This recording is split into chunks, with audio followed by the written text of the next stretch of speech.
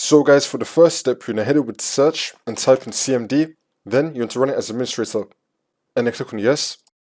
And then once you run this, you're going to type in sfc /scan now, and then click on enter. Then you want to run the scan. We can run it in the background as you complete the next steps in the video, so you just want to minimize this. And now for the next step, you're going to head over to search and type in device manager. Click on it, and then once you run this, you're going to expand disk drives. And now you're going to find your disk drives. You want to update the drivers for these, especially the one that you have Windows installed on. We're going to right click on it, and then click on update driver, and then click on search automatically for drivers. Make sure they have the best drivers for the device installed. Now once you update all of that, you now want to expand display adapters, which is right under it.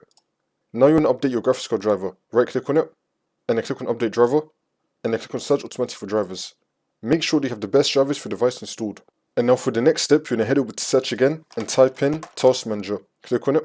And then once you run this on the left hand side, you're going to click on startup apps, and now this will come up. Now once we're here, you want to disable all the applications that you do not want to start when your computer turns on.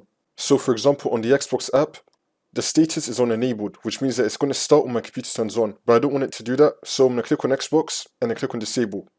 And now the status is going to change to disabled, which means that Xbox will not start when my computer turns on. Repeat that for the applications that you do not want to start when your computer turns on. And now for the next step, you're going to head over to search and type in check for updates. Click on it. And then once you run this, you're going to click on check for updates. Make sure that your computer is fully up to date. And now for the next step, you're going to head over to search and type in edit power plan. Click on it. And then once you run this, you're going to click on power options on the top. And now on the left hand side, you're going to click on choose what the power buttons do. And now you're going to click on change settings that are currently unavailable. Make sure that you have turn on fast startup selected. You're going to tick this and then click on save changes. And now for the last step, you just want to restart your computer, and then the problem should be fixed.